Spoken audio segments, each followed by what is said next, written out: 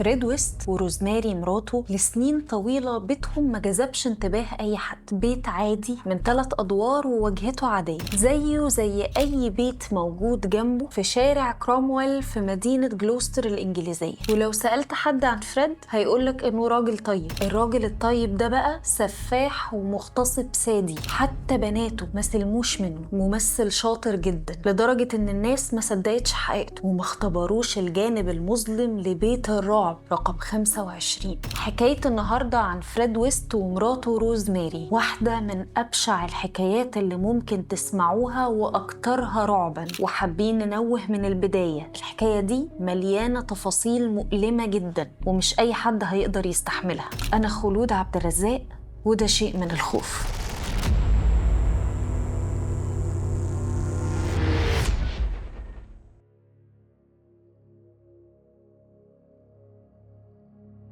في يوم روز ندهت على بنت جوزها ماري اللي عندها 8 سنين وهي بتلعب، فرحت لها البنت برعب بتسأل نفسها هي عملت ايه، لان عادة هي مش بتناديها غير علشان تعنفها او تضربها. مسكت روز ايد البنت جامد واخدت منها عروستها ورمتها على الارض وقالت لها ده مش وقت لعب، وسحبتها وراها للقبر. كانت دي المرة الأولى اللي بتنزل فيها ماري للقبر. المكان ده كان محرم عليها هي واخواتها، كان بينزلوا بس أبوها وروز ومحدش عارف كانوا بيعملوا ايه هناك، بس صرخات مكتومة وأصوات مرعبة كانت بتخرج منه أحيانا. أول ما ماري خطت برجليها للقبو البارد اترعبت وقلبها بدأ يدق بسرعة. المنظر كان مخيف وحتى الهوا ريحته وحشة. السقف نازل منه مجموعة من الحبال والسلاسل، والجدران عليها كرابيج وسكاكين وأقنعة. كل حاجة فيه كان لونها أحمر كئيب بسبب نور موجود فوق السلم. وفي ركن القبو ده قاعد أبو ماري ماسك سيجارة وساكت ومكتفي بس بمراقبة مراته اللي كانت موقفة ماري في وسط القبو ده وبتقلعها هدومها وبتربطها في الحبال اللي نازلة من السقف. وأول ما بدأت الطفلة تعيط ضربتها بالقلم على وشها. ما كانتش مهتمة بعياطها وتوسلاتها وقفلت بقها بكمامة. وأول ما خلصت رمى الأب سجارته وقام من مكانه ومسك الحبال وبدأ يسحبها لحد ما ماري بقت متعلقة في الهوا. واللي حصل بعد كده كان شيء فظيع ومقرف ما يتخيلوش أي شخص سوي. الأب بدأ يغتصب بنته الصغيرة ومراته كانت ماسكاهاله علشان تثبتها. مفيش أي حاجة تقدر توصف ألم البنت ورعبها، لدرجة إنها حتى ما قدرتش تصرخ وفضلت تبص لمرات أبوها يمكن يكون في قلبها أي رحمة، بس للأسف هي كانت أبشع من إن هي تحس أصلا. والأكتر من كده إنها بقت بتعذبها أكتر وبتشد شعرها وتضربها على وشها. وبعد ما عدى الوقت المرعب ده نزلوا الطفلة وفكوا إيديها، كانت يدوب بتتنفس بالعافية وبطلت تعيط أو تتكلم. وأبوها ما اكتفاش بكده، ده ضربها بالقلم وهددها لو قالت لحد هتنال منه عقاب مؤلم. وبعدين أخدتها مرات أبوها للحمام، حمتها ودخلتها السرير. ومن اليوم ده اغتصابها بقى شيء روتيني في البيت. خلونا نعرف أكتر مين هو الأب المريض ده.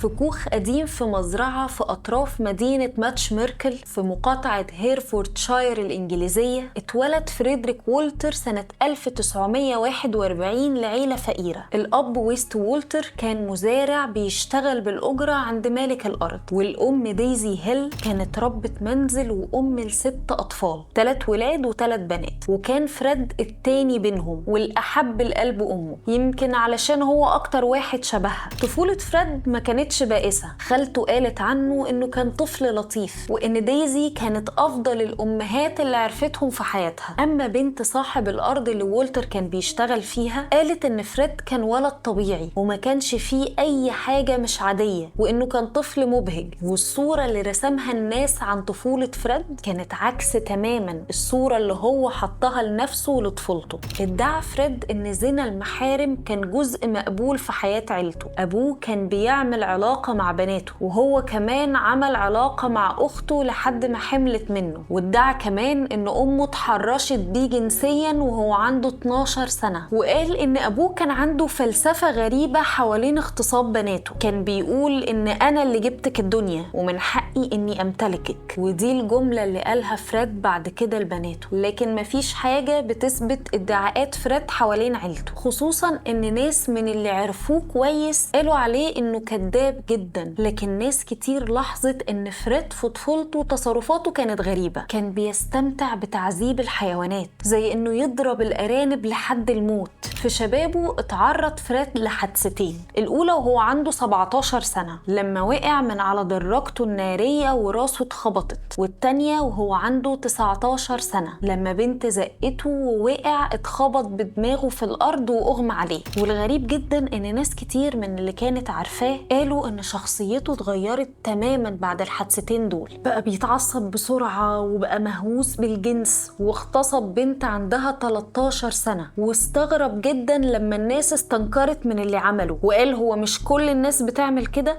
والفترة دي اتعرف على حرامية وفتاة ليل عندها 16 سنة ولقبها رينا، اتجوزها وعاش معاها وكان بيشجعها على الرذيلة. كانت حامل من سواق أتوبيس باكستاني، فاضطر انه يسافر معاها لمسقط رأسها في اسكتلندا علشان تولد هناك، علشان ما يتفضحش قدام أهله لما مراته تولد طفل بلون بشرة مختلف. في اسكتلندا كان بيشتغل بياع عصير، وولدت مراته هناك طفلتها الأولى شارمن اللي كانت بشرتها غامقة، وجابت طفلة تانية اللي هي آن ماري اللي المرة دي كانت من صلب فريد. حياة فريد في اسكتلندا اتعرضت لنكسة بعد ما داس طفل بعربيته وقتله، وبالرغم من انه وقتها ما كانش غلطان لان الطفل هو اللي رمى نفسه على العربية، والشرطة اطلقت سراحه واعتبروها محاولة انتحار، ولكنه حس بالخوف من احتمالية ان اهل الطفل ينتقموا منه. رجع مرة تانية لجلوستر مع مراته ومربية اطفاله، وبسرعة لقى شغل عند جزار، وهناك اتعلم تقطيع الاجساد بحرفية. وقع بين الزوجين مشاكل كتير، ورينا اشتكته للشرطة اكتر من مرة، وقالت ان جوزها مجنون ومهووس بكل ما هو شاذ ومنحرف، وقالت عليه انه سادي وغير سوي لدرجة انه بيتبسط وهو بيتنصت عليها وهي في احضان زباينها. وسنة 1966 رينا قررت ان هي ترجع لاسكتلندا لوحدها، وكانت من وقت للتاني بترجع لجلوستر علشان تطمن على بناتها. وخلال غيابها اتطورت علاقته مع مربية اطفاله آن ماكفيل اللي كان نفسها انه يتجوزها، ولكنها اختفت فجأة بعد ظهور بوادر الحمل عليها. وبيقال ان فريد قتلها ودفنها في الغابة، لكن فريد بينكر الكلام ده وبيقول ان مراته رينا رجعت في يوم ومعاها راجل واخدوها وقتلوها في الغابة. وبغض النظر عن مين اللي قتل المربية، ففي الاغلب الفترة دي هي اللي ارتكب فيها فريد اولى جرايمه، علشان حصلت حوادث اختفاء غامضة في جلوستر في الوقت ده. اشهرها كان اختفاء ماري بيستهولم اللي عندها 25 سنة، كانت في طريقها للبيت واتشافت آخر مرة في موقف أتوبيس، وكان معاها لعبة مونوبولي. وفي الفترة دي برضو فريد قابل زوجته المستقبلية وشريكته في كل الجرائم البشعة روز ماري، وهنتعرف برضو بالتفصيل على روز ماري.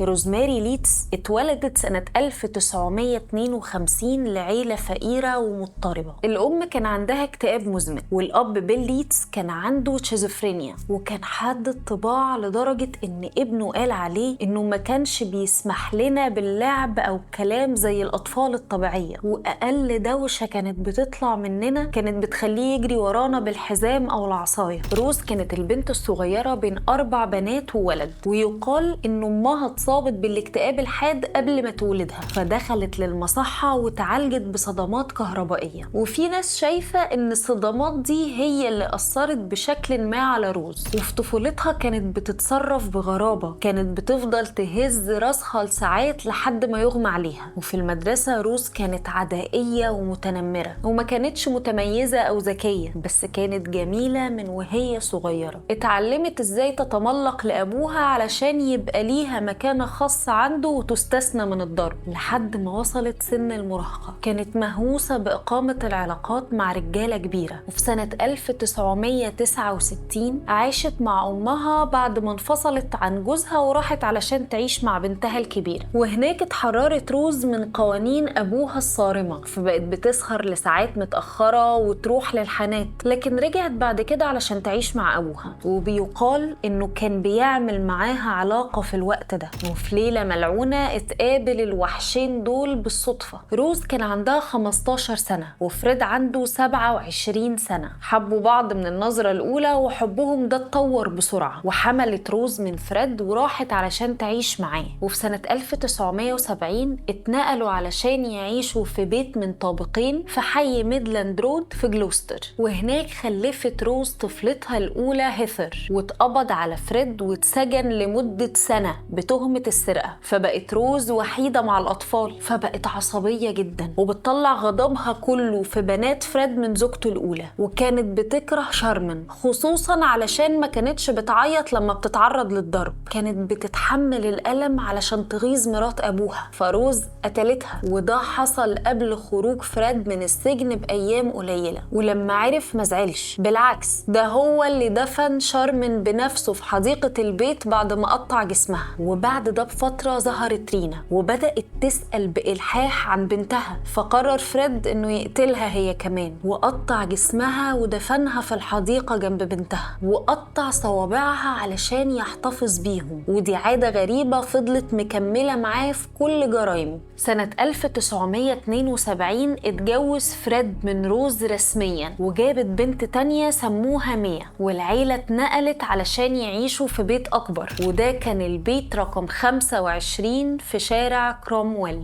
هناك فريد بدأ يشجع زوجته علشان تشتغل عاهرة، وخصص ليها الطابق العلوي علشان تستقبل فيه الزباين، وكان أغلب الزباين دول من أصحاب البشرة الداكنة. وفريد بقى بينشر صور لمراته مغرية في الجرايد علشان يجيب زباين أكتر، وكان بيتلذذ بمراقبتها من خرم في الحيطة وهي مع الزباين. واحد من الزباين دول كان أبو روز نفسه اللي كان بيروح باستمرار بتشجيع وترحيب من فريد. ومن الزباين الدائمين برضو كان جون أخو فريد وابن خاله ويليام. في الحقيقة فريد ما أجبرش مراته ولا حاجة، الاتنين كانوا نفس الطينة، كانت سادية زيه وبتستمتع بتعذيب البنات. ومن الأرجح إن الزوجين بدأوا في اغتصاب البنات في وقت بدري من علاقتهم. ضحيتهم الأولى كانت جارة وصديقة ليهم، خدروها وتناوبوا على اغتصابها.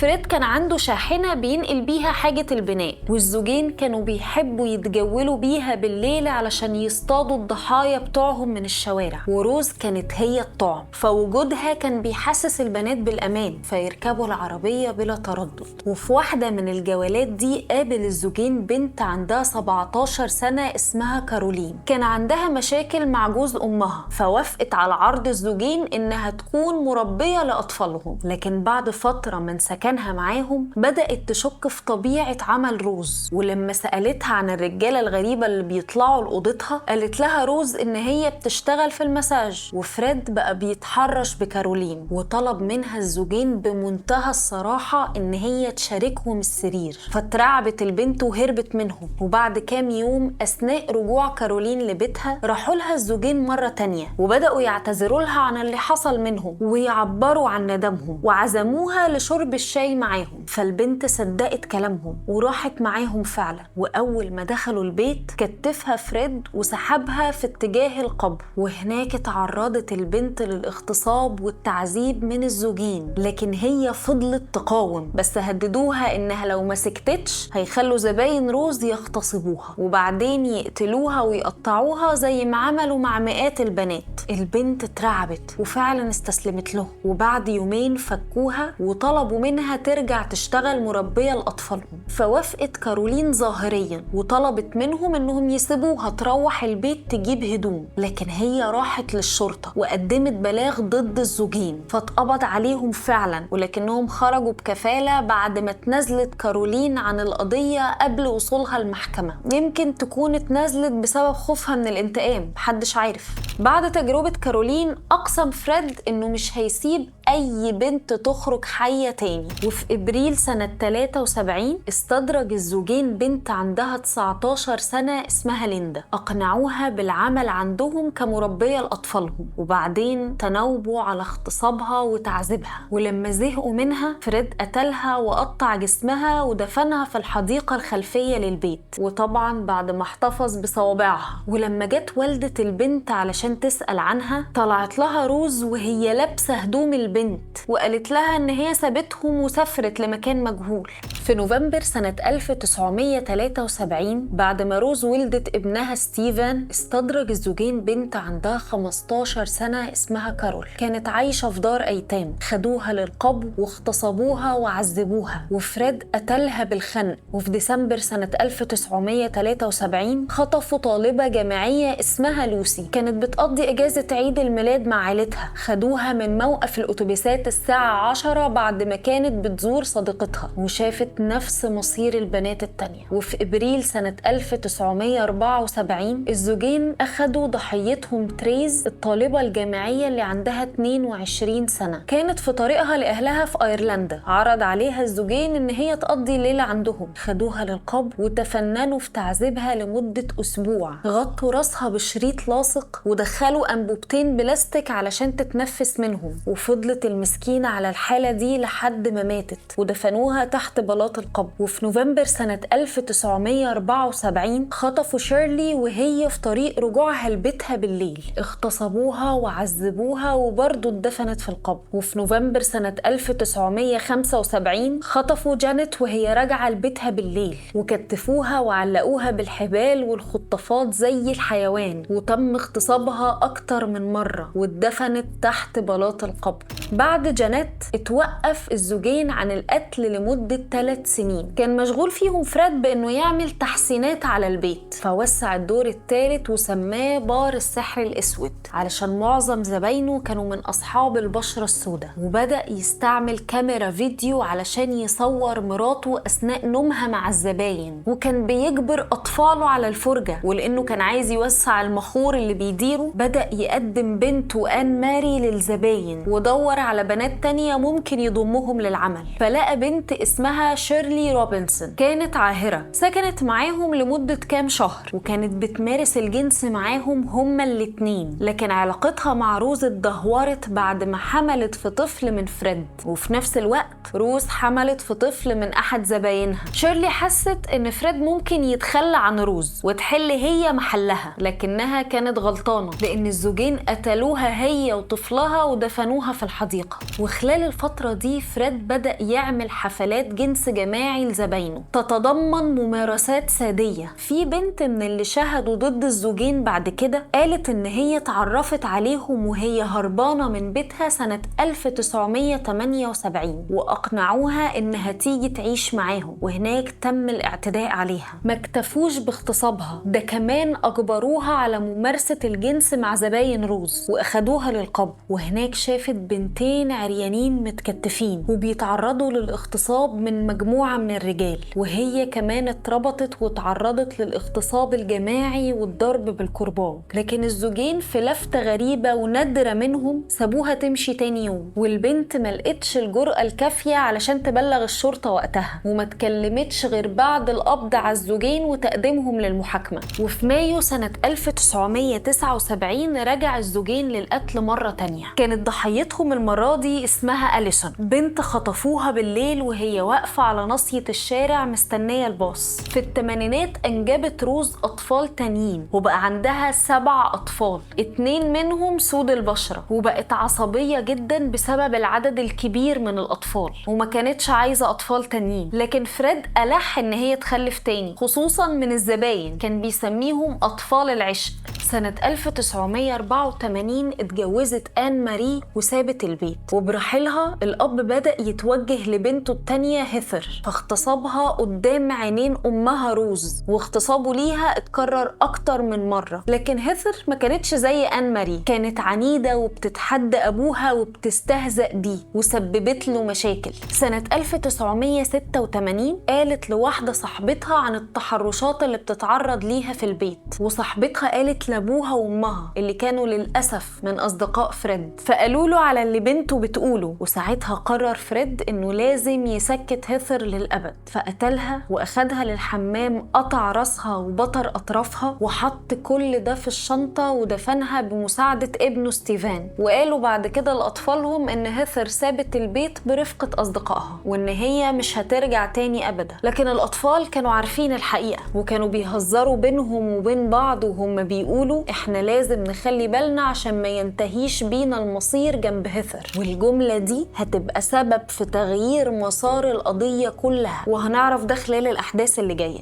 بعد هيثر فريد بدأ يتوجه لبنته ميا، اغتصبها سنة 1992 وصور اغتصابه ليها على شريط فيديو. فالبنت قالت لصاحبتها في المدرسة عن اللي أبوها عمله، وصاحبتها قالت لأمها اللي اتصلت بالشرطة فورا وقالت لهم القصة. الشرطة اقتحمت بيت فريد ولقوا كميات مهولة من المواد الإباحية، فاتقبض على الزوجين والأطفال اتحطوا في دار رعاية. لكن الزوجين تملصوا من قبضة العدالة مرة تانية بعد ما امتنع 2 من الشهود من المثول قدام القاضي، فتم إطلاق سراح الزوجين مع إبقاء الأطفال في دار رعاية. وفي الأثناء دي واحد من العاملين في دار الرعاية قال لمحققين الشرطة عن الجملة اللي بيتبادلوها الأطفال على سبيل الهزار حوالين مصير أختهم هيثر، والشرطة أصلا كانت شاكة في اختفائها وما كانوش مقتنعين بحكاية الزوجين حوالين هروبها من البيت. وسنة 1994 الشرطة جابت إذن قضائي بتفتيش الحديقة الخلفية لبيت فريد، وهناك لقوا 3 عظام بشرية، فاعترف فريد بقتله للبنت. لكن المفاجأة إن العظام ما كانتش الهيثر أصلا، والشرطة بقت شاكة في وجود ضحايا تانيين، وبالفعل لقوا رفات تشارلي روبنسون في الحديقة ورفات هيثر، وكمان 9 جثث تانية تحت بلاط القبر.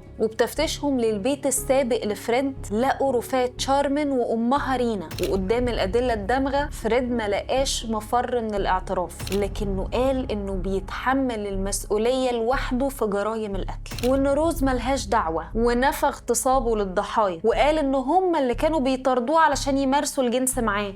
فريد اتكلم بإسهاب عن جرايمه خلال ال10 شهور اللي قضاها في السجن، وادعى بإنه قتل 30 بنت، لكن الشرطة ما لقيتش غير 13 بس. ويوم 1 يناير سنة 1995 الحراس لقوا فريد ويست مشنوق في زنزانته، انتحر بحتة قماش من فرشته. وبالنسبة لروز حاولت إن هي تظهر كضحية لجوزها أثناء التحقيقات معاها، لكن اتقدمت للمحاكمة وشهد ضدها آن ماري وكارولين، وفضحوا بما لا يقبل الشك إن روز كانت شريكة لجوزها في كل جرائمه، وكانت لا تقل عنه سادية وانحراف. وكانت شهادة الباحثة الاجتماعية جانيت ليتش هي الأكثر تدميراً لموقف روز، لأن جانيت كانت مع فريد خلال ال10 شهور اللي قضاها في زنزانته بطلب من الشرطة لإثبات نزاهة التحقيق وعدم تعرض المتهم للتعذيب أو الإكراه. وخلال ال400 ساعة اللي قضتهم معاه في زنزانته قال لها حاجات كتير، كان أهمها اعترافه بأن روز قتلت بنته شارمن وشارلي روبنسون لوحدها، وقال إنه ما كانش ليه أي دور في قتل الضحايا باستثناء تقطيع الجثث ودفنهم.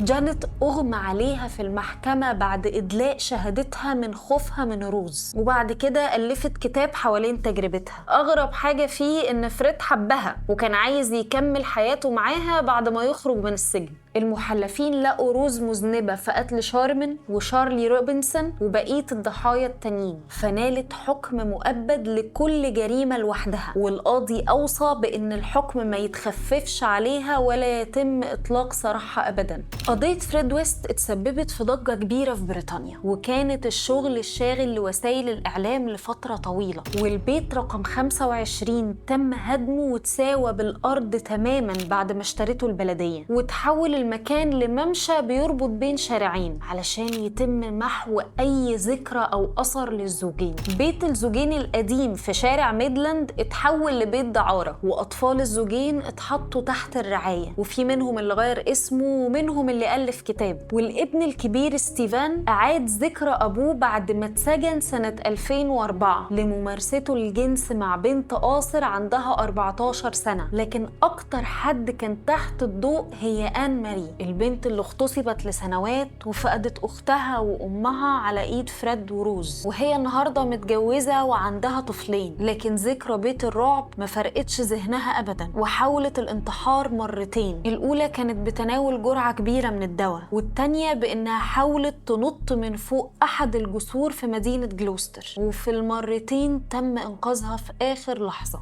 روز لسه بتقضي عقوبتها الطويلة ومفيش أي أمل من إطلاق سراحها، لكن واضح إن هي راضية وسعيدة، فهي ما أظهرتش أي ندم على اللي عملته ولا نزلت دمعة واحدة. وده شيء أثار غضب عائلات الضحايا جدا، لأن بناتهم ماتوا بشكل مهين، والقاتلة بتعيش مرفهة في زنزانتها، وكمان وزنها زاد من الراحة والدلع اللي هي عايشاه، فهي طول الوقت بتقضي وقتها في الفرجة على التلفزيون والأكل. وكمان عندها عشية اسمها تريسي قاتلة شبهها أغضبت بريطانيا كلها بسبب تعذيب وقتل ابنها اللي عمره 2 مع عشقها، واللي ممكن نحكي لكم حكايتها هي كمان لو عايزين. يا ريت تقولوا لنا في الكومنتات. بعد موت فريد بسنوات ظهرت فرضية حوالين الدافع الحقيقي لجرائمه. طبعا هي مجرد فرضية، مفيش أي حاجة بتأكد حقيقتها. أصحاب الفرضية دول بيدعوا إن جرائم الزوجين دول ما كانتش بدافع الجنس بس زي ما وسائل الإعلام قالت، لكن كانت جزء من طقوس لطائفة سرية مرتبطة بعبادة الشيطان وممارسة السحر الأسود. وبيدعوا إن في جرائم كتير في بريطانيا وأوروبا مرتبطة بالطائفة دي، وبيستدلوا على كلامهم ده بإن فريد كان بيقطع صوابع الضحايا ويحتفظ بيهم، ودي ممارسة قديمة مرتبطة بطقس وثني اسمه اليد السحرية. الدليل التاني بالنسبة لهم هو طريقة دفن الضحايا، فكلهم اتدفنوا في هيئة الوقوف جوه الحفر العميقة الطويلة والضيقة. والدليل الأخير هو الاسم اللي أطلقه فريد على مخور الدعارة، فالاسم واضح وبيعبر عن ممارسة السحر الأسود. وكمان اقتصار ضحايا فريد على البنات المراهقات واغتصاب بناته، واللي اعتبرها أصحاب الفرضية جزء من طقوس شيطانية. وكمان إن البيت كان جنب كنيسة، والغاية من ده هو تدنيس الرموز الدينية والاستهزاء بيها، ودي حاجات بيعملها أتباع الطوائف الشيطانية. بيزعم أصحاب الفرضية إن الطائفة السرية اللي بينتمي ليها فريد وروز بتضم شخصيات مرموقة وعندها نفوذ كبير، والشخصيات دي هي اللي قتلت فريد في سجنه أو أجبرته على الانتحار. خصوصاً إن المحققين قالوا إن فريد ما كانش عنده أي ميول انتحارية، وكان انتحاره مفاجأة ليهم. وكمان الباحثة الاجتماعية اللي كانت معاه طول 10 شهور قالت إنه كان أبعد ما يكون عن الكآبة والانتحار. وأكتر شيء غامض هو انتحار أخوه جون في نفس السنة وبنفس الطريقة. والأغرب من ده إن ابن خال فريد اللي اسمه ويليام هال، اللي كان هو كمان ضيف مستمر على المخور الأسود، حاول الانتحار بعد إدانته بجرائم اغتصاب قاصرات، واتنقل بعد كده لمستشفى الأمراض العقلية. الغريب بالنسبة لي، وأكيد انتم كمان لاحظتم ده، إن كل تفاصيل الفرضية دي بتفكرنا بصاحب الجزيرة إياها، حتى طريقة موته الغريبة. والفكرة إن ده حصل قبل وجود الجزيرة بسنين. هل فعلا في رابط أو في وجود لطائفة بالبشاعة دي موجودة طول الوقت؟ هستناكم تقولولي رأيكم في الكومنتات. وبكده تبقى حكاية النهاردة خلصت. لو عجبتكم الحلقة ما تنسوش تعملوا لايك وشير وسبسكرايب للقناة. مع السلامة.